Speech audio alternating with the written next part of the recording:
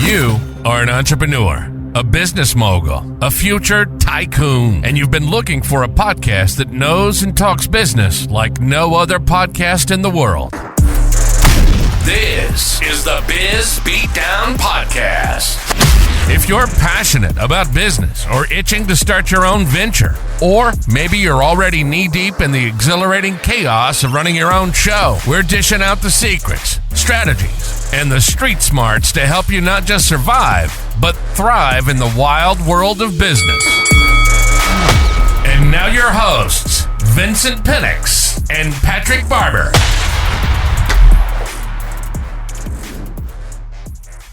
All right, guys, welcome back to the Biz Beatdown Podcast with both Patrick Barber and myself. Patrick, how are you doing today?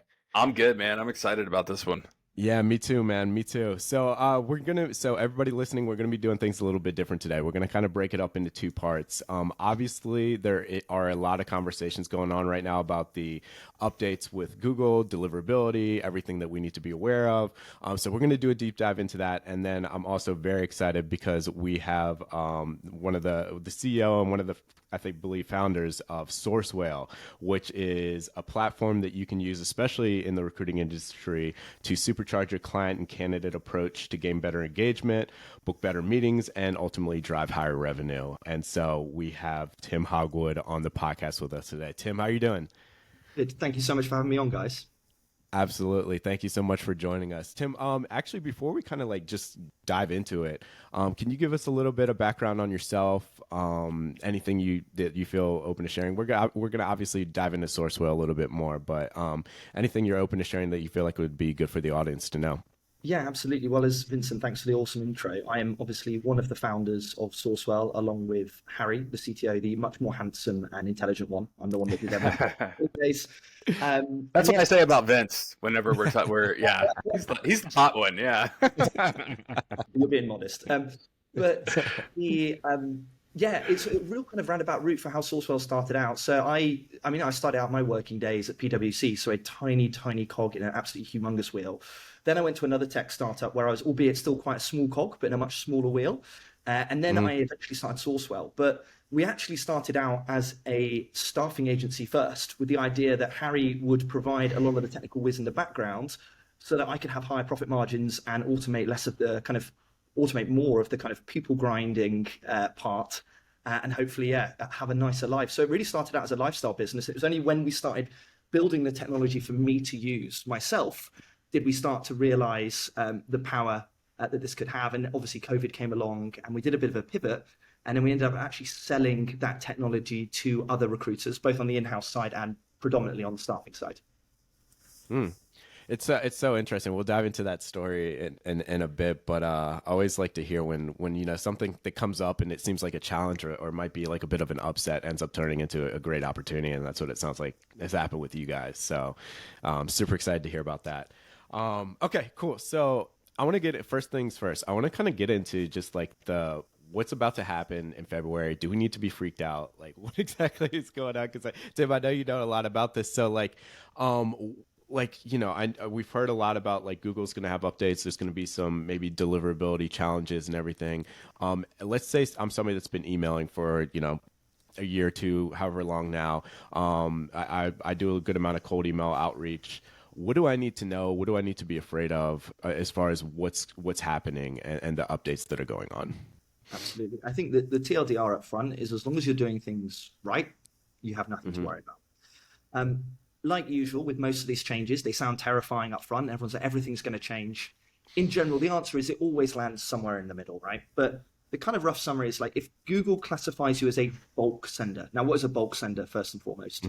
And feel free to cut me off, guys, if I'm going too detailed, if you've got any questions. No, this is what we want. Yeah. Give us the juice, Tim. Yeah. Just the juice. Okay, so a bulk sender is someone that is sending, an organization that is sending more than 5,000 emails a day, and it's on average, I'll go back to that point in a second, to a Google domain or a Yahoo domain. So those are two separate kind of email service providers, but they're bringing in this regulation around the same time. So what that doesn't mean, for example, actually, I think a lot of people get confused about this, is if one day you go over 5,000, am I therefore defined as a bulk sender forevermore? No, you're not. It's in general, the trend is if you're sending over 5,000 emails a day to Google domains, And actually, interestingly, with Google, we can touch on Yahoo, but I think Google's the one that the meaty one that people are really interested in. It's actually in the kind of the regulation, or the regulations, the guidance actually changed on this a couple of times, even in the last couple of months, which is really interesting. There was one point where even if you refreshed the guidance, they had a slightly older version of it, and depending on whether you refreshed or not, take a look at my LinkedIn post, the guidance was changing. But the thing that people are really settled on now is this actually is only impacting bulk sending to personal Google domains. So what that means is anything that ends in like an @Gmail or an @Google Mail. So there'll be plenty of organizations that you're sending emails to that use Google as their email service provider. SourceWhale is one of them. We are at sourcewhale.com. We use Google. But that wouldn't be counted in that bulk email sending. Right now, it's only to individuals. So that more kind of B2C, or in a recruitment sense, it's that candidate side email sending. Now, having said that, is this a sign of things to come? Like Microsoft haven't said anything yet, right? And this is now Google is saying this is only B2C. Really, this shows that the trend is going in this direction. So all the kind of guidance and stuff we'll talk about today, even if you think, well, I'm not emailing 5,000 candidates a day, it's good to get ahead of this stuff and bring in some of the things that I would suggest. But in general, already, it's only going to impact you from February the 1st if you're emailing more than 5,000 emails a day to those individual users. Does that make sense? Totally. Yeah, it does. That's a bit of a relief, honestly. I mean, 5,000 emails a day is it's a hefty amount. It's a good amount of email that you're sending there, right? Well, you say that though, but it's interesting to know that this isn't just if you are using Gmail or using a tool like SourceWhale through Gmail, or bear in mind, actually, if you're using Outlook, this will still impact you. It's on the recipient, not on yourself. But you've got to think also about your marketing automation. So if you're bulk sending out updates from your CRM, or you're bulk sending stuff from mails, this is everyone in your organization. So you're right. It's, I think for a lot of the listeners, it will be hard to go over. So for example, if we look at SourceWhale ourselves, we're an organization of 70 people. Obviously, we're a B2B SaaS company, but on average, we're probably sending maybe 2,000 to 3,000 emails a day. So we're not even at this level. Having said that, it only takes one rogue recruiter, potentially consultant, without the right systems in place to bulk send out from your CRM to start getting you over that threshold. So you are right, Patrick. On one hand, it is a high number, and frankly, for most people, they don't need to worry about it. Two, though, you need to start monitoring this stuff to make sure that you don't go over. And three, it's a sign of things to come. So even if it's 5,000 at this point, anything that you bring in to control for this, if you become a bulk sender, will also stand you in good stead for general email deliverability. And frankly, good responses, right? You know, because this is, I mean, like, why are they doing this, right? It's this massive, I mean, we can talk about Gen AI shortly, but it's the rise in mass volume, generic mail blasting across every industry, not just recruitment. And frankly, I think it's a good thing, which I know sounds maybe a bit rich from someone that helps you send email sequencing, but something that we always preach at SourceWhale is that our tool is here to automate the manual repetitive crap you shouldn't be doing, so you can focus more time on the bit you should be doing, which is hyper-personalizing, really choosing the right ICP, so ideal candidate profile or ideal customer profile. So, you know, this stuff is coming wherever you go. But you're right, Patrick, like 5,000 for now. And also, it's not going to, February the 1st isn't a cutoff. Actually, some guidance that I've had from speaking to more people internally is that it will be a gradual phase in as well. So Google will start to warn you. For example, I believe the first date is actually from the 1st of April. They will start then rejecting your emails that don't fit into the requirements, which I'm sure we'll get onto shortly, but they won't reject all of them, and they'll warn you with rejecting them. So it won't just be that you'll get shut down on February the 1st if breaking things. Google will give you... They're not going to pull a Zoho of 2023 Zoho, where it's like you wake up one morning and you're completely locked out of all your inboxes, no explanation. So that's good. That's expanding. Obviously, Google, you know what they're like. They're always liable to change. But subject to change. This will be a gentle trend, more gentle than people are fearful of right now. So two things, Tim. Appreciate that. That is super clear. Just for clarification, the first thing, when we're talking about the daily send volume of 5,000 a day, is that per domain or is that per inbox? It's per domain, but actually not just domain. It's actually organization.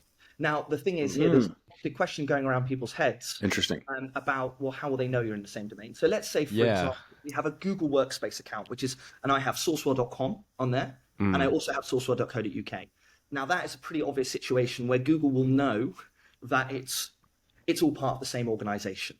Gotcha. Now, obviously, there would be ways to get around this. For example, and actually one of my recommendations is if you are an organization which sends a lot of marketing emails, now might be the time to think that if you're currently sending them off one domain, you may want to split them off into a separate domain. Now, if you want to play the system, you could, for example, open a completely different Google Workspace account or a completely different Office 365 account for that separate domain.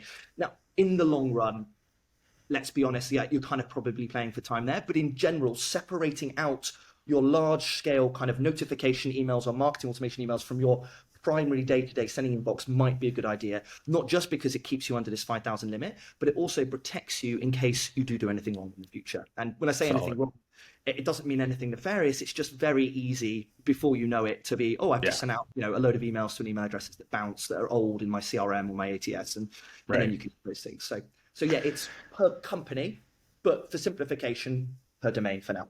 Makes sense.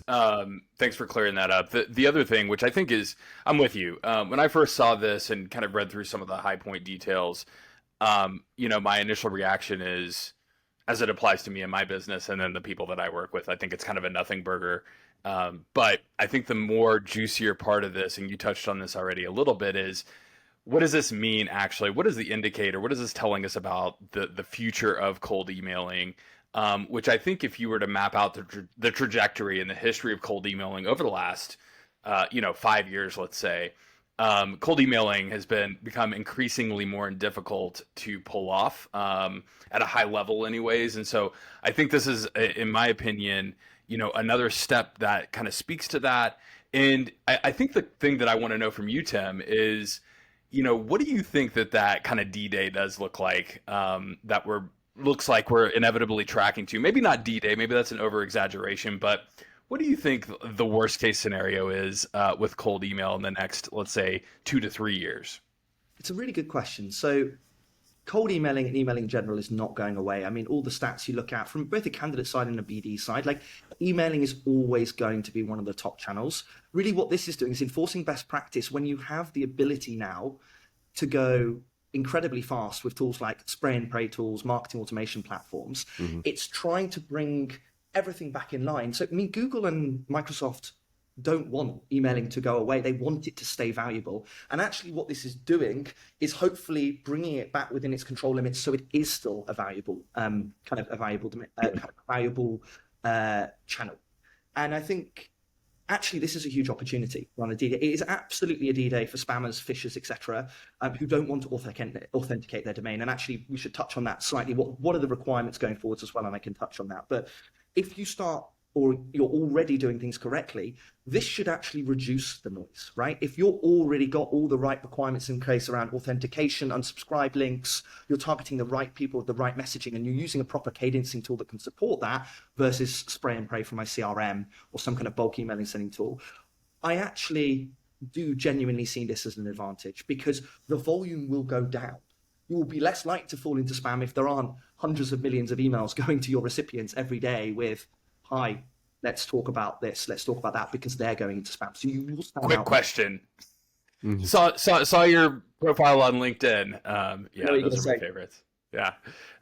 Cool. Awesome. Yeah. I was just gonna I wanted to. I know this been mentioned a few times. The requirements, like to be able to, in order to be able to stay compliant, what are the requirements that somebody needs to abide by? Whether that's within the emails or just in general, like what do we need to know in order to be able to stay compliant? Yeah, absolutely. So for bulk email sending, then I'll go through those. But I think most of the advice I give here is relevant whether you're worried about becoming a bulk email sender or not, because in general it will improve your email deliverability. But the first one is authenticating using SPF, DKIM, and DMARC. I think this is the bit where a lot of people switch off because they're like, what the hell is that? I don't like it. I moved from consulting. I hate acronyms. But in general, to summarize what those things are, SPF is basically saying that the place that this email got sent from is legitimately me. So it's the first line of defense in phishing. If you don't have this set up already, you're probably going to spam quite a lot anyway. But it's surprising, like the emails I get from recruiters, if you've got a Gmail account now, you might sometimes see that red question mark next to their name. It's because basically they don't even have SPF set up. And what that means is it's higher risk, it's phishing, because they're not protecting their domain. Anyone could, if we didn't have SPF set up, anyone could email from tim@sourcewhale.com. And it wouldn't necessarily be me. It could be someone else. So that kind of protects saying the sender of this, which in the end is a mail server, is legitimately me. I approve this kind of thing. DKIM is basically saying no one has been able to interfere with this message well, it's been going from me to you. It's kind of stopping man in the middle attack. So it's encrypting. So SPF and DKIM. Now, regardless whether you're a bulk sender or not, you need to have these things set up. I can talk later about how you can check that. And then finally, DMARC. DMARC is an interesting one that not a lot of people have set up already, but you will need to if you're a bulk email sender, and I would recommend everybody does it. DMARC is basically saying, look, I've already got SPF set up. I've got DKIM set up, so I take this stuff seriously. DMARC is saying, let me know what happens. So, for example, if you send emails from your CRM and from Gmail, and maybe you use some kind of chatbot system on your site which sends an email as well, all of those locations have to be set up correctly in your SPF record, otherwise they'll fail. But you might not know that that's happening. So DMARC is basically saying to a recipient, if you get an email from me and it fails that SPF check or that DKIM check, let me know about it because I care. Not only does that look good to email service providers and spam filters that Google and Microsoft use, because it's like, I take this stuff seriously, but it also allows you to remedy this stuff. But then crucially, if you're a bulk email sender, you will actually be required to have DMARC switched on from the 1st of February, obviously with a natural grading in. So that's the first point. The second point is around unsubscribe links. So this is an interesting definition. Google have said it's for all commercial emails. Now, obviously, maybe the jury is out. If they're following the CAN spam rules in America, recruitment emails aren't necessarily seen as marketing or commercial emails. So it could just be to your kind of cold emails around BDing. But in general, it's anything commercial sent to a Gmail or Yahoo recipient, if you're a bulk email sender, must have a one-click unsubscribe link. Now, I know what isn't one-click unsubscribe? Yeah. So when you say one click, is that one click to a form where you then that's not what we're talking about, right? Where you go to a form and then click a radio button and then say, yes, I agree. And that whole rigmarole, right? Those hoops, it's eliminating that, if I'm understanding you correctly. Exactly. And the reason why Google are doing that is, there's a legitimate reason why some tools do that. And it's, one, obviously to discourage churn. Like an unclick, maybe, for example, from a virus scanner or a bot clicking that link. There are controls around that if you're using a system that does that properly. Obviously, a little plug for SourceWhale, we do. We support one-click unsubscribe while also protecting from those virus scanner spam checkers clicking that link and then unsubscribing you. The problem is if it's two-click, Google and Yahoo and the various email providers lose track of what's actually going on behind that click. So it could be that it's just a simple, yes, please just confirm this. But there are more nefarious and often kind of spams and phishers that actually you click that link and one, it's not legitimate, or two, you're having to enter extra data behind that, or three, it makes it very hard to do it, for example. So one-click unsubscribe now means click that link. There is nothing more that needs to be done to do that. Now, you also need to make sure your platform that you utilize to help you send emails can support one-click unsubscribes. And there's various things that they can do and put in place that probably will bore your listeners for now, but they're more than happy to come talk to SourceWhale about this to protect from that thing I mentioned previously. You don't just want to have a tool that puts in a one-click unsubscribe that could get flagged by a spam filter just checking that link, and then you find that all of your emails you're sending to some corporate senders just unsubscribe magically immediately. So there's various controls. You want to make sure the tools you're using have that functionality as well. Now, the final point, and I've gone quite into detail on this first two, is spam complaint. This is the one that people are really kind of panicking about. So you want a spam complaint rate of under 0.3%. So let's say you're a bulk email sender, you're sending 5,000 emails to become a bulk email sender. That means within one day, having 15 of them flagged as spam. So on one hand, that sounds, like if I'm sending the right messaging. But two, for cold emailers, they're probably quite panicked about that. They're thinking, wow, that's pretty high.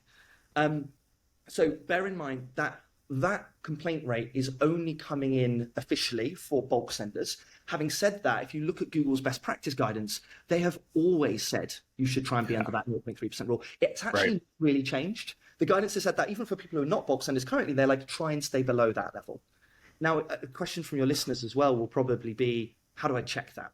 Now, actually, it's very hard to check that if you're not a bulk email sender, but there's a tool called Google Postmaster, which you guys can ironically Google and find out about. And that effectively is you're allowed to kind of link your domain to Google, even if you're not using Google as your kind of email service provider, and they will start telling you, to Google recipients, this is your spam reporting rate, this is your deliverability rate, etc. But unfortunately, that only works for bulk email senders at this point. But it's definitely useful to have something linked up, because as you start to increase the age of your sending domain and the volume of sending domain, it's a very useful way to get a kind of look beneath the hood at how Google is viewing your domain as well. Awesome. We'll post that in the show notes for listeners that want to go and check that out and get signed up. Appreciate you sharing that resource. Very, very cool. Yeah. So for that spam rate, by the way, is that per domain like that you need to stay under, or is that like just again the Google per Workspace mailbox. thing? Per kind of domain, or if it's all in space, it will be the same workspace effectively. Okay. Gotcha. Got it. Okay. Cool. I don't know, Patrick. What do you? It's a lot. This is. I mean, honestly, this has all been good news because it's like when I first heard about it, at least I was a little freaked out because I was like, nobody knew exactly what the requirements were going to be. It's just like, hey, things are about to change and it's about to get serious. That's what everybody was thinking. So, I would like, and I'm with you, Vince, and Tim. I think the next question I have, and this is kind of my belief, but would love to get your take on it as well. Is as you've already kind of said, people that know what they're doing in the cold email game. This is actually. This is kind of music to your ears, right? It's preserving cold email as a channel, as a viable channel, in terms of not just spamming the crap out of people. It's going to get rid of the people that don't know what they're doing. But what are some ways that folks that are leveraging cold email, what are some things that they can do in terms of the way that they perform their market segmentation, their copywriting, personalization, and relevance, and all of that good stuff? What are some things that they can do best practice to really make sure that they're ahead of this and inboxing with people and getting responses? Yeah, absolutely. I've got kind of a load of recommendations I can whittle off for this. I'll start with the ones that you touched on about ICP, for example. So you're spot on that. I mean, that's the key takeaway here. Like, to give an example of SourceWhale's customers, our happiest customers don't use our tool to spray and pray. They use it to help automate exactly what they would be doing manually, but in a more efficient manner, basically. But yeah, segmenting your approach, to your point, Patrick, is spot on. Really focus on your ICP, and I know I touched on that before. The nice thing in recruiting is the acronym can have multiple meanings: ideal customer or ideal candidate profile. Right. Like your messaging needs to vary for individuals, whether that be using a tool to help you with A/B testing, or that's using a tool to give you the general templates, but really truly personalized for individuals. What this is trying to stop really is mass marketing emails being blasted out for people who haven't really consented. The biggest risk for recruiters is using your marketing automation suite in your CRM to blast out people you haven't spoken to for 10 years, effectively. If you're doing that one-to-one outreach approach, you can really maximize your opportunity here by truly making sure that you're kind of focusing on that ICP. Other things I'd recommend as well is the A/B testing to get around the spam filter stuff. Look at the messaging, look at performance as well. Really, I would really recommend, I mean, if you're not using a tool, you probably get a general feel, but any kind of way, even if you're just starting with a spreadsheet, like A/B test your messaging, what's working, what isn't. Focusing on the right messaging at the right time to the right individual has never been more important, regardless of these rules or not, right? Because let's say before these rules come in, you had slightly better email deliverability. If you're sending crap to the wrong person, it doesn't matter, right? You've got, you might even have a high reply rate because people are replying saying, don't talk to me again. But really what is mattered in all of this anyway is your interested rate and your meeting booking rate. Now, again, are those the only two metrics that you're looking at, or are you looking at other stuff like open rate and overall reply and any other stuff that that you might? Yeah, really good question. So for our own team and for our customers, on our, for example, SourceWhale dashboard, things we track are open rate, reply rate, interested rate, which we actually pick up automatically based on the response in the email, and meeting rate. Now, starting at the front of that, like open rate is fantastic as a general bellwether. So like if you have open rates on a sales engagement or recruitment engagement platform like ourselves of maybe less than 30-40%, it's probably a good sign that you're starting to fall into spam. Now, whereas actually on a marketing automation email, your open rate might be a lot less. So there's a difference between a marketing automation tool and when you're doing kind of one-to-one emailing. But so it's good at that general level. Now, open tracking is never perfect. The way open tracking works is effectively putting a 1 pixel image in an email and seeing if that image is loaded. There are plenty of controls in place to stop for that, so they can get loaded on the server, by Apple Mail or whatever it is that someone's using to open their mail. So it looks like everything's been opened.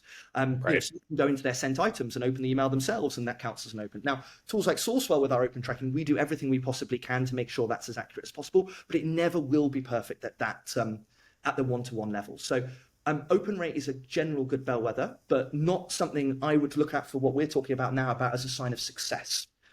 Okay. That's just table stakes, right? You need to make sure you're using a tool, everything's set up properly so you're at least getting through to people's inboxes. Reply rate, good. At least you're triggering some kind of reply. Interested rate is what matters. And frankly, on the staffing agency side, it's meetings booked, right? Meetings booked, what's going to, either on the candidate side or the business development side, that is what is going to lead to the money. And really, that is what we really care about tracking. So using that data in some kind of system to actually reverse engineer, because I said, you'll have a general gut feel, but even our own, our SDRs use our platform to send emails to recruiters. They drink the Kool-Aid. And it's amazing when you talk to Imagine them. that. Yeah, who would have thought? Right. Well, right, when you get a response from a follow-up, and that follow-up might not be an email, by the way. It could be a phone call, it could be a LinkedIn, and we'll get onto that recommendation shortly. They'll be like, wow, I appreciate your persistence, that worked really well. And the SDR can say, well, that wasn't me, that was SourceWhale helping me do that. But yeah, to that point, there are plenty of things around kind of open rate, reply rate, interested rate. Just use the data, become more data driven, whatever that means to you, because you'd be surprised that what you think's working might not actually be the same as what is working for you. What would you say is a good benchmark? So I'm with you on all of that. In terms of bookings, how are you measuring the success of bookings being met? Is that a ratio between bookings met to email sent, or is it part of a subset within, further down your funnel? How are you looking at that? What's a good benchmark? If you don't mind kind of getting us on the bullseye there. Yeah, absolutely. The annoying thing is I'm going to be very British here and say it depends. Now, for exec search versus, blue collar recruitment, like there are completely different benchmarks for completely different industries. In general, though, going down that funnel that I mentioned, like open rates of definitely above 40%. Like that is just an absolute must. Reply rates, I would say you're really looking for above 5 to 10%. Interested rates, I mean, hopefully it's not too dissimilar, maybe a couple of percentage less than that. Right. And then meetings booked rates, I mean, hopefully, again, should be 1-to-1 on that interested rate. So that will change massively depending on industry. But, we see some of our most successful customers using all of our best practices, could be getting a 15 to 20% response rate. Now, that could seem quite high to some people, 1 in 5, right? But that is they're truly targeting. They're truly doing those research on those individuals. So, for example, the bulk email stuff that we started this conversation talking about won't even matter to those boys and girls, because they are truly sending under 5,000 a day for sure. So yeah, those are the kind of, I always say it depends. There might be someone listening that says, well, in blue collar, that's ridiculous. Like we're going to get a response 1% or less of the time. So absolutely, best your sector. The trick though is starting to measure that, so you can measure your improvement from your benchmark. Are your open rates going up? Are your interest rates going up compared to what you were doing previously versus, oh, wow, like I'm way worse open rate than the industry average. Like as long as you are marginally improving, you're moving in the right direction. I think that's the key here, start to measure that stuff and improve. Alongside no doubt. I mean, great tips. I hope everybody who's listening is definitely writing this stuff down. But obviously important to stay under Google's radar. But I think just general overall effectiveness of being successful with cold email, those are excellent best practices that you should definitely work in. I wanted to kind of pivot here a little bit. I don't know, Vince, if that's okay. If we Tim. So before we did our podcast. Breaking news, I looked you up on LinkedIn and checked out your background. And so obviously you were very modest in your own intro. You did management consulting with PwC, but you're also an Oxford graduate, come from a pretty solid background. However, one of the things that really jumped out to me and that I wanted to ask you about, especially as a recruitment business owner, is when you made the decision to kind of go off on your own and leave, management consulting, why recruiting? What was it that attracted you to recruiting? And so, I'd love to hear that from you, from someone of your background. You get a lot of different folks. I talk to a lot of people, all different walks of life that, want to start a recruiting business. And so I'm curious to hear, what drew you to that? And then the second half of that would be, as someone who still participates in the recruiting industry, what is your outlook for 2024 for recruiters, and that sort of thing, and what do you pay attention to give you those answers? Yeah, absolutely, really good question, Patrick. So starting with the first part, like how in God's name did I end up in recruitment? I think, being honest, a lot of us probably ask ourselves that anyway. Depending on the day, depending on the day, exactly. Yeah, so a good day, you're very happy you're in recruitment, right? For me, I mean, like, to put it in an example, I wanted to be a pilot even while I was at university. I mean, if I go back right to the beginning, I wanted to be a pilot. Eyesight wasn't good enough to be a military pilot. So I just followed everyone else from my university, from my particular college. And for some reason, we all became management consultants. That worked quite well for me because I was a jack of all trades, master of none. But I really realized I the strategy's fun, but for me, it was the operationalizing it and seeing the value of that stuff. So that's kind of why I moved into like a small tech startup, being that tiny cog, still tiny cog, but in a very small way, and seeing the results of the work that I did. Maybe I wish I didn't get so much in that kind of consulting life.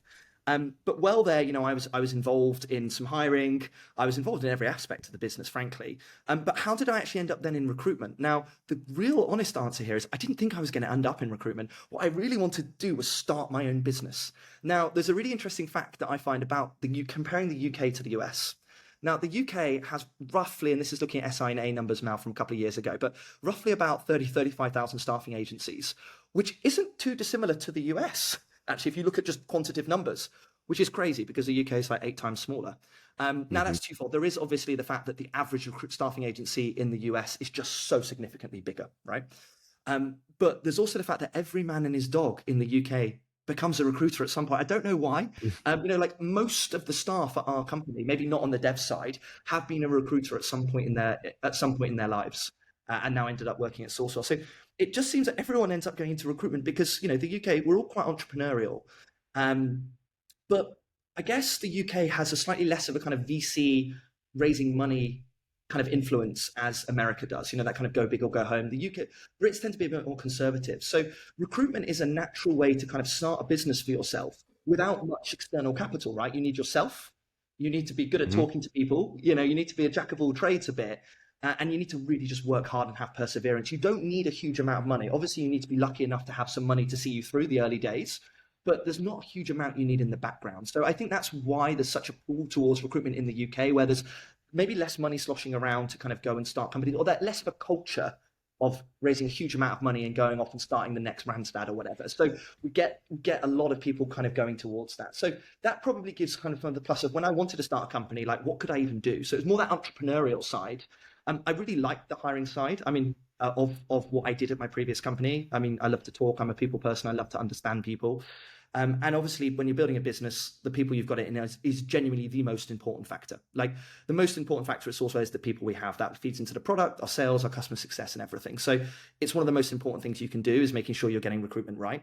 But the honestly warts and all story, guys, about how I ended up starting is I wanted to start my own company. I didn't know what it was, but I knew I wanted to start it with my best friend, who's Harry. Surprisingly, he's our CTO. Surprisingly, he's still my best friend, despite 3 or 4 years of working on SourceWhale together.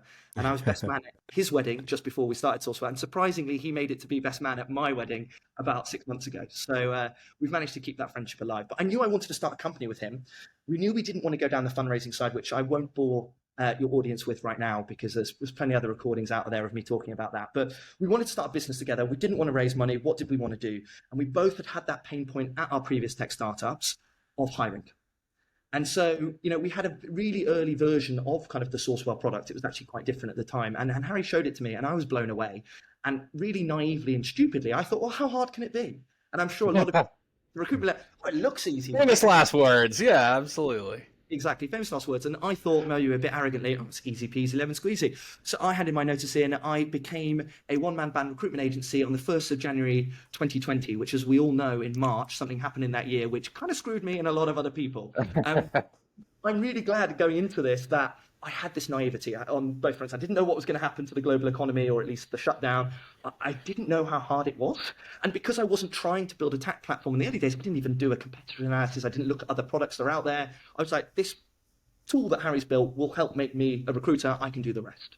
So it kind of really is a serendipitous route. And, I started for the first 8 or 9 months of SourceWhale. If you look at my LinkedIn, it's on January 2020. We were not SourceWhale. I was a one-man band recruitment agency using this technology. I was the customer. Harry was desperately dealing with my demanding request day and night to build this platform out. And it was only during COVID when actually work really dried up for a couple of months. I didn't really have network. I didn't have the relationship. So it kind of flipped overnight. I had the candidates all of a sudden, but I didn't have any customers. They'd all gone on hold, and actually started partnering with other staffing agencies. And it was actually one of them that turned around to me and said, Tim, you're an all right recruiter, which for your American listeners, which I'm guessing will be most of them, is translation for you're a pretty crappy recruiter. Yeah, you suck. You're not great. You know what you're doing, but you're incredibly good at getting passionate about the product. You know what we need. And they were like, we would pay you for this product. So I kind of got dragged kicking and screaming into being a B2B SaaS platform, which in hindsight was fantastic because it meant we already had a product that worked. We had product market fit rather than going down the route of trying to think of something that no one had ever done before. And maybe it didn't quite have product market fit for our customer base. I was our first customer. The people I partnered with ended up becoming our next kind of few customers. So that was kind of the early days. So kind of, I've always had this desire to automate the tedious, repetitive crap that we do. Because I've got quite a short attention span, frankly. That's where it comes from, honestly. But I hate to see humans doing stuff that they shouldn't be doing and focus more time on doing the stuff they could be. So that's the general ethos for SourceWhale that's gone kind of from the day we started, even as an agency, to launching a product to where we are today. Now, I think, Patrick, I think the second part of your question, right, was where do we see it going kind of thing. So I think, from SourceWhale side, how we're supporting where it's going is really our focus over the next year is becoming that system of work, right? SourceWhale's focus is we have deep functionality and engagement. Like there's hundreds of platforms out there that can help you send repetitive email cadences or mail blasts. Most systems of records, ATSs and CRMs claim to be all in one and do that. And just like you use a spreadsheet as a system of record, like every single one of our customers already has one of those CRMs, but they still come to us for that depth and quality of engagement and that kind of automation suite. So that's our plan for 2024. We're going to kind of keep on that vein, but really expanding out into the other solutions, the other point solutions that plug into a recruiter system of record, to really be that one-stop place where recruiters will come in to do their daily activities such as BD and headhunting, and then automate the parts and augment the parts that they should be automating, and then automatically track that onto their CRM. So then to answer your question, actually, that was more about SourceWhale, like where is the industry going? I mean, what's the word of 2023 is Gen AI, right? Let's be honest. And everyone's like, like usual, everyone's so excited by it, but also slightly panicked, being like, is this going to call me out and make me seem like a terrible recruiter and going to, take my job? And the answer is no, it's not. You definitely need to use the tools and use it to your advantage. But this is fantastic. This kind of stuff is going to lead to more automation, but hopefully the correct kind of automation. Of course, there'll be a bucket of people using it to try and send out 500,000 emails that look like they're personalized and will all go into spam due to things we've been talking about for the first half an hour of this podcast. But in general, I see automation and AI being the way. I think often AI and automation are often confused as well. Like we say AI, and often really people are just talking about automation and vice versa. But in general, that is the way the industry is going. But recruiters will always be irreplaceable. There is always this human element until we have artificial general intelligence. And at that point, none of us are going to have jobs, hopefully. We'll be sitting on automated sun lounges, moving around, drinking mojitos, which sounds pretty good to me. Maybe slightly dystopian, though. But it happens. There will always be a need for a recruiter in every other job out there. It's hopefully just going to make your life better. Now, you just need to make sure that you're really embracing the technology that can help you do that. Totally. What about demand for recruiters from hiring companies? Where do you see that heading in 2024? You think demand is going to be there, increase? You think, some folks are forecasting a recession, at least in the U.S. Europe obviously has its own struggles. Where do you see the actual demand for third-party recruiting as a service? Yeah, it's a really good question. Now, again, I'm a Brit and I hate to make commitments like this because you can be called out on them in future. And obviously I don't have a crystal ball.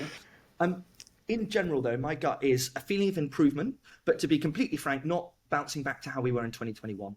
I think really what's happened in this situation is we've absolutely had a dip. And for example, in parts of Europe, we are in a recession currently already. Right. But I don't think the dip is quite as deep as we think it is. It's just the delta from what the crazy times we were in 2021, right? Agreed. And so I think even if things improve, if people are hoping for a return to 2021, I think candidly that isn't going to happen because that was almost a bit of a bubble, but the bubble has come with the dip afterwards. What I do see is a return to a general more positive sentiment and more sustainable way of working. So to answer the second part of your question, Patrick, around the demand for external recruitment, there will always be. And actually, frankly, as we naturally start to bounce back, what's happened is people have on the in-house side have cut deep and hard.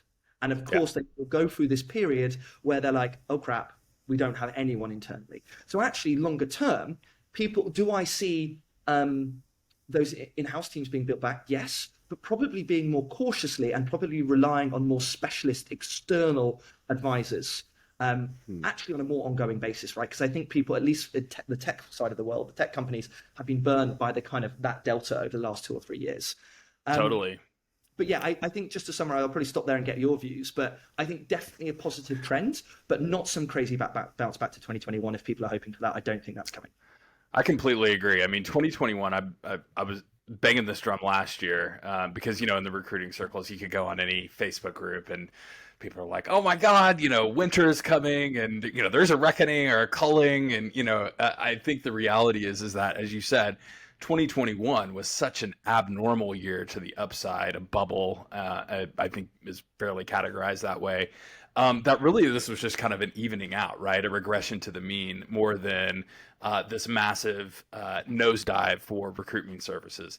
And so, yeah, I would categorize, and candidly in my own recruiting business in 2023 compared to even 2022, 2021, we had a drop in revenue, and there were definitely some inputs that could have been improved to mitigate that. But I think really a lot of it also had to do with just kind of, again, regression to the mean, the market itself and the demand normalizing. Not everybody in the world needed to hire somebody last year.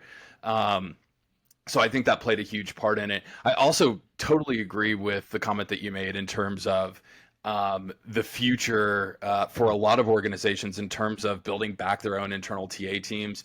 Obviously very disruptive, I think, operationally for a lot of organizations to kind of go through that swing of hiring and firing talent acquisition. I think the end product of the output of what you get from those types of internal departments with that level of volatility, the actual function itself is not delivering the value to the business that it needs just because it's constantly changing. On top of that, a lot of the much larger businesses, aside from the disruption internally, caught a lot of really negative press for constantly firing people and this sort of thing. And so I think that also is not the only reason or thing that they take into consideration when making decisions like that, but I think it definitely plays a part, depending on the size of the company, obviously. But yeah, I'm with you. I think we continue to normalize. I think the big bogey for 2024 is the election. I think I've seen in my own business as really since September of last year, I would say, demand really kind of increase to the upside, even through the holidays, which is slightly abnormal. People kind of coming off the sidelines and getting busy. But I do think that there's the risk for 2024 for me anyways is the election. And I think that who gets elected does play a slight part in it. But what I'm more concerned about and have my eye on is any type of funny business where election results are brought into question and there's this prolonged time of uncertainty where we don't know what the hell is going on, which we already saw a version of that, flavor of that in the previous election. And so I think there's a real risk of that happening at even a greater level as we track closer to November. And so I think that will probably cause people to pump the brakes for just a little bit to see what happens. So, that's kind of what's on my radar. But yeah, I totally agree with what you're saying there. I think also on that point of uncertainty and change, again, it is also an advantage to the recruiters who are standout, who are willing to persevere, because I think, as we said, I think the positive notes are improving, but I think you will find a fair few people dropping out, either forced or opting to opt out maybe of the recruitment industry, in the same way with the bulk sending we were talking about at the beginning of the conversation, right? Actually, if you do things right and you do things well and you persevere and you're willing to use actually these obstacles and obstructions as an opportunity to improve on your competition or remain where your competition may not, actually, long term, if you're in recruitment and you're feeling like it was a flooded area, as long as you can persevere and really make sure that you're bringing some strong points, I think actually you can use this to your advantage as well. It's just about having that perseverance. And I think what you're saying right now, Tim, is exactly the key to any type of success. I mean, because if you want to stay in it, anything long term, you're going to be going through these moments of volatility and these peaks and valleys and these ups and downs. Because, to Patrick's point earlier, I think that people here in the U.S., at least in my circles, people have been talking about, the recession's coming, it's going to be big and all this stuff. Nobody really knows exactly when it's going to hit. I think that, Patrick, I agree with your point. A good indicator is, probably the election's probably going to swing a lot of that. But I mean, listen, if it's going to happen, it's going to happen. And there's only so much that we can really do about it. And ultimately, if you're in this for the long term, you're going to be going through these waves of ups and downs. And I agree with your point, Tim. I don't know if we'll ever get quite back to where we were in 2021. I wouldn't be mad if we did. Right. I'll Exactly. co-sign that. Yeah. But regardless, we still got to push through. And I wish, I think, Patrick, you had started, you've obviously started your business before me, but like I had just started mine in 2021. So it was a really good time to kind of get in, but it was also like a little like unrealistic that it was going to like stay like that. And like now I'm kind of learning that, and that's good, like it's good to know those things. And I'm glad I caught it on the come up and not like, when it was going down. But yeah, I think that's just general part of entrepreneurship and just staying in business long term. So yeah, No doubt. I agree. So Tim, to get it a little bit more into like SourceWhale and exactly like, could you kind of just give us more of a overview of like what exactly it does? How can recruiters use it, and anything that you want to share? Yeah, absolutely. So it was really interesting. I was listening in on a final interview for a product marketer role that we're making an offer to now. If they end up joining, I will send them this podcast.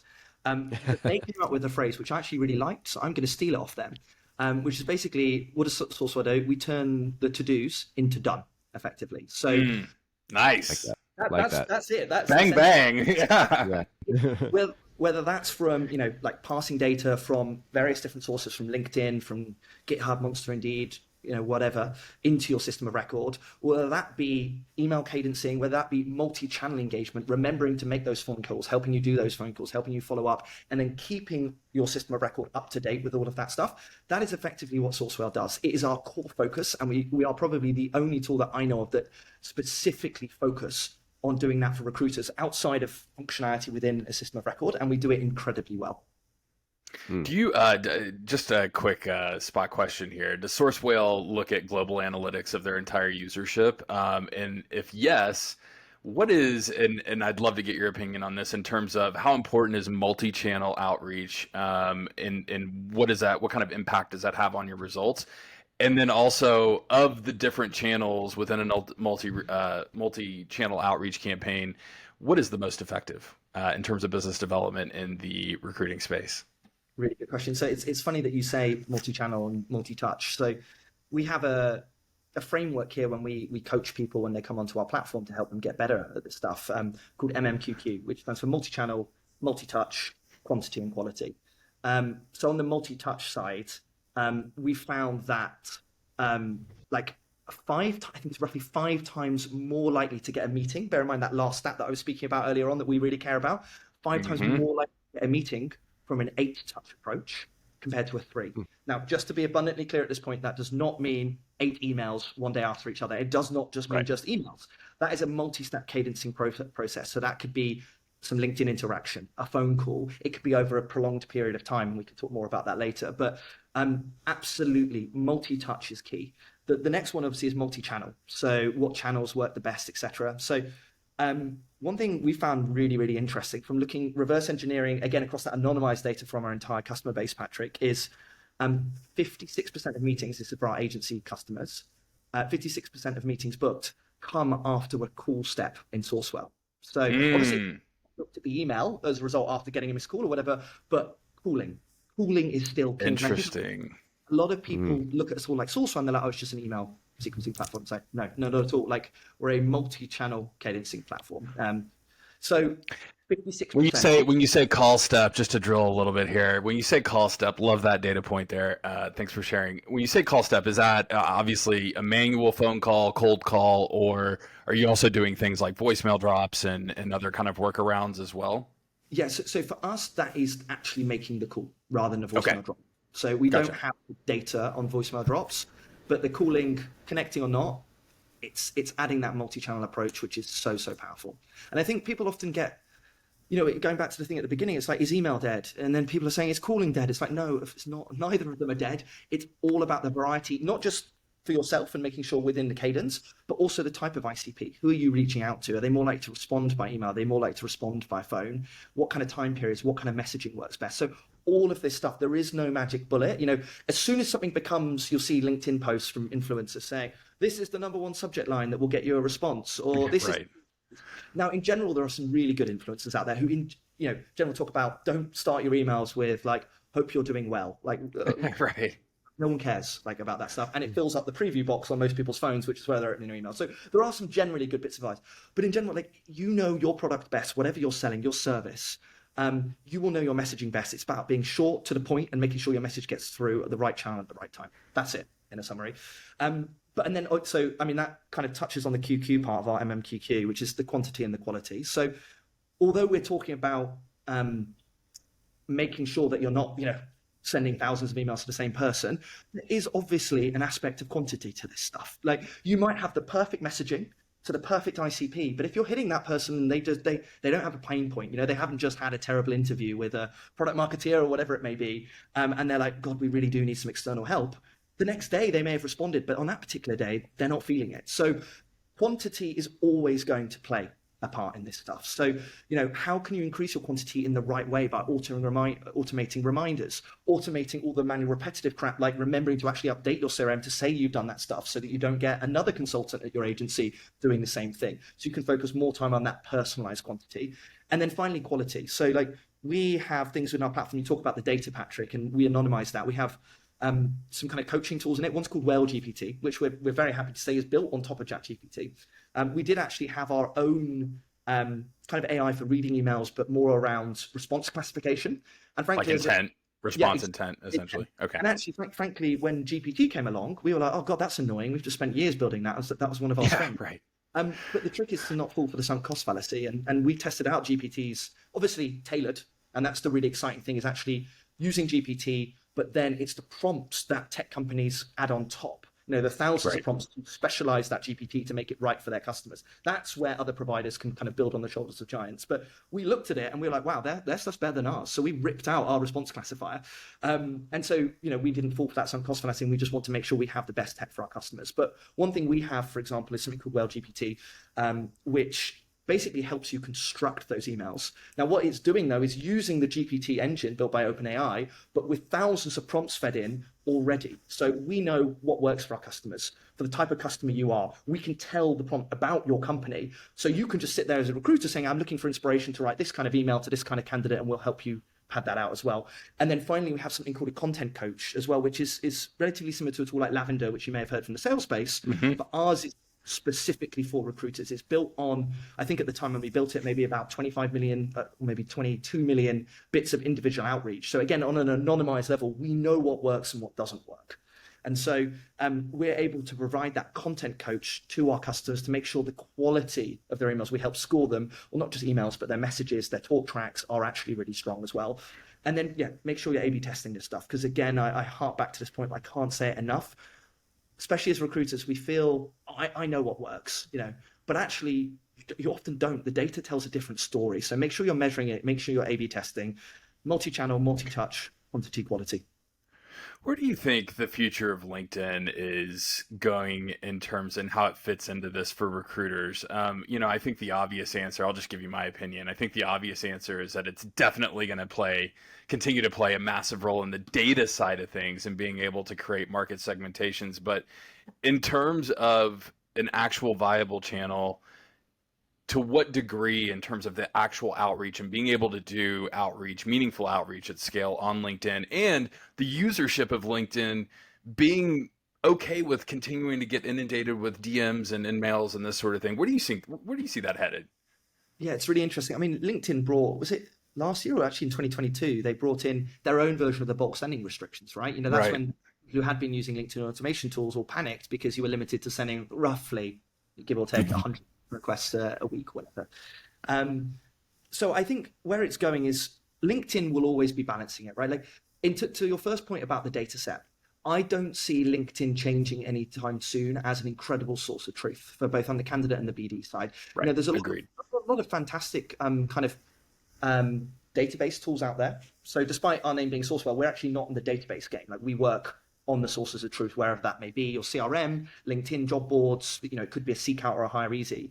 But a lot of those tools, they are getting that data by scraping the web, scraping LinkedIn, picking up that data. So the freshest, where do I update my resume when I'm updating it? LinkedIn. I don't, or maybe a job board, but I don't update it anywhere else. So I think LinkedIn, until, another player comes along, I know Twitter, for example, now X, formerly known as Twitter, started playing around with jobs, etc. In Europe, you have platforms like Zing. I haven't really felt too much of that momentum, but let's see. I think LinkedIn Forbes, I think, is taking a swing at that, which is So maybe we'll see. I couldn't predict that, right? Like there's some kind of virality effect that we still struggle to define about, like why do certain things take off and other things don't. So there could be something that comes and shocks us, but if it doesn't, I still feel like LinkedIn is going to be really that fantastic source of truth. Like we all love to kind of moan about them, and it's ridiculous, right? They're pushing up their prices, and so they're pushing up their prices, is then they're balancing kind of the how much an email costs, how much a recruiter seat costs, with trying to get the right level so people are still engaged, and to your point, Patrick, still feel, even if they're not a recruiter or a salesperson, will come on LinkedIn and will use LinkedIn and aren't inundated with emails. So although I also agree, I think that it's annoying that LinkedIn have everyone over a barrel slightly in a monopolistic terms. Like they've kind of earned it, and I hate to say it, but like they can do it. And I think although it's to our disadvantage as recruiters, from a kind of a pricing and cost and access and limitation perspective, they will probably be balancing that to make sure, just like Google and Yahoo, I know I love it that we're going back to this point again, but Google and Yahoo are trying to do the same thing for their channels. They are bringing these restrictions not to destroy email as a channel, and LinkedIn were bringing the connection request limitations in not to destroy the LinkedIn channel, but actually to still make it valuable. So I think that, maybe costs will go up, but I think that they'll try and balance that stuff. It's interesting, actually, from a product perspective, seeing LinkedIn on the recruiter side come out with some more functionality actually around sequencing, which is really interesting. Mm-hmm. This concept of follow-up emails and seeing the value of that. So it will be interesting to see if LinkedIn branch out of just LinkedIn as a channel medium. That will be interesting one to do. Interesting. An email right now, they try and make it seem like an email, right, until you've opened it up. But I wonder if they'll go down that route. That's more from a technical perspective. It's super interesting. But I have to say, I think LinkedIn has upped its game somewhat, at least in the last 6 months of 2023, from a product development perspective, compared to the last 2 or 3 years anyway.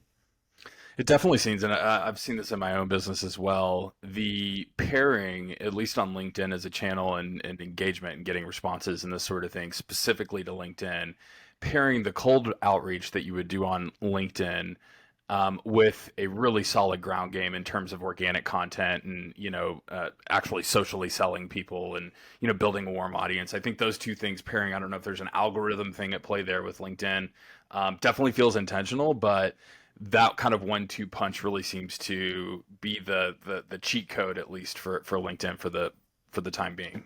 Any visibility to that on your end?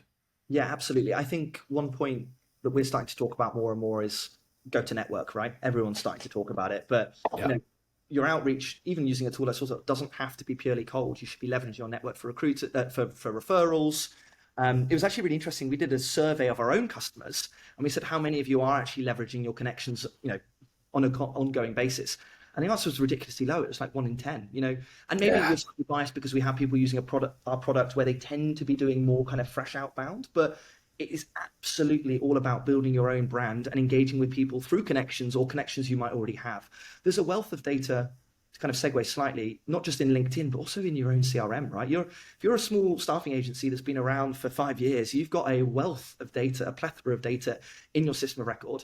And I would say the vast majority of our customers, at least when we talk to them, which is why we're looking at product functionality in this area, are not even maximizing what they've got there. That kind of, not even necessarily warm, but tepid outreach versus cold outreach. People they've engaged with in the past, a couple of years ago or more recently. So Patrick, to your point around just getting more visible in front of people via other means, not just emails and kind of cold LinkedIn messages, is going to be more and more important, whatever channel you use in 2024. Awesome. And I know that, I guess without getting too detailed, but like SourceWhale does integrate with LinkedIn. How exactly does that work? I was kind of curious. Yeah, so we actually, there's a lot of tools that have like a plugin. They're like, we work on LinkedIn and Sales Navigator and Recruiter. We actually see ourselves more as a bit of a sourcing assistant. So our Chrome extension opens a completely separate side window. It works, I don't want to say basically everywhere in the web because that wouldn't technically be true, but anywhere a recruiter wants it to work. So it works alongside, your CRM, for example. It works alongside Indeed, Kaggle, Dribble, GitHub, Monster, Dice, etc. So it's basically your two-way portal, one in and out of your emails, in and out of your other kind of channels for doing activities. It's also your two-way portal in and out of your CRM. So if you're going around LinkedIn, LinkedIn Recruiter, or GitHub, wherever you are on the web, if you have SourceWhale open alongside, we're already saving you time in terms of, have I reached out, has anyone from my organization actually reached out to this candidate or this business development prospect before? So we're taking away all of that manual stuff of, right, I'm alt-tabbing and going to my CRM to see if anyone's reached out to this individual before. I'm checking my emails. I'm actually messaging people, say like, hey, did you email this person before? We're removing all of that repetitive crap, which is vitally important that you do. It's even worse if you're not doing it, but we're hopefully getting rid of all that stuff so you can focus more time on actually reading that person's profile. Patrick, to your point, I thought you were going to maybe mention it earlier when you stalked my LinkedIn profile. For someone that runs a company that helps people kind of automate, hopefully the right parts, I actually buried away in my bio, I say, to show you've read my profile before connecting, please call me Tim rather than Timothy. Only my mum calls me that. But I'm really sneaky in the fact that my profile is Timothy. And so, of course, if I get a cold email and it's the right time, the right subject line, I'll still read it if it says, hi, Timothy. But I know if someone says, hi, Tim, they've taken a second to read my profile.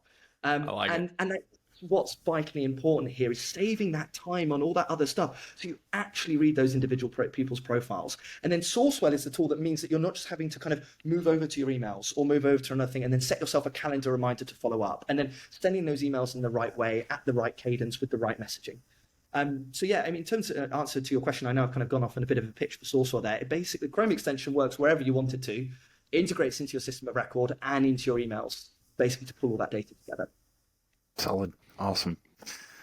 Well, let's. I'm up against it here with my own schedule, but I've really enjoyed this conversation. A lot of juice, a lot of gold that I've gained, and I'm sure our listeners are probably just writing a hole in their desk right now, taking down notes. Tim, anything else that you want to drop for our audience here that you think they should know going into 2024? So, I mean, and the only thing I would say is key takeaway is the changes we're talking about at the beginning, the bulk sending changes, but just general, the economic changes, Patrick, that you were talking about as well, like they apply to everyone. So have perseverance, make sure you're using the right technology, little plug for SourceWhale. We can help with all of this stuff, obviously, but just in general, again, make sure that you're adapting and use this to your competitive advantage, because when the going gets tougher, there are less players in the space. People will drop out. So have that perseverance. Make sure that you're reacting to the rules, the regulations, the changes, the market, etc., but use it as your competitive advantage. Outstanding. Awesome. Love it. Love it. And last question, where can people find you, find more information about SourceWhale? Feel free to throw in some plugs if you want. Yeah, absolutely. So obviously the website, www.sourcewhale.com.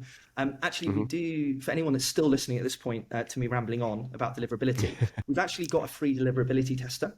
So if you get in touch with our team, even if you're not a customer of SourceWhale, obviously, hopefully you might become one at some point anyway, once you have a look at the tool, but ability to kind of get a current state test of where you are. So you can run our deliverability tester, we'll integrate into your inbox, we'll send some test emails, we'll check the content, we'll check those things like SPF, DKIM and DMARC that I was rambling on about at the beginning. We'll check whether you're landing in spam already and be able to give you some tools and recommendations in that report, even if you don't want to become a SourceWhale customer. So I would highly recommend coming and taking a look at that tool. That's available, as I said, to everybody, whether you're a customer or not. And then, yes, myself, like obviously I'm a recruiter at heart. Feel free to reach out to me on LinkedIn. I love to build my connections. I am an email deliverability nerd.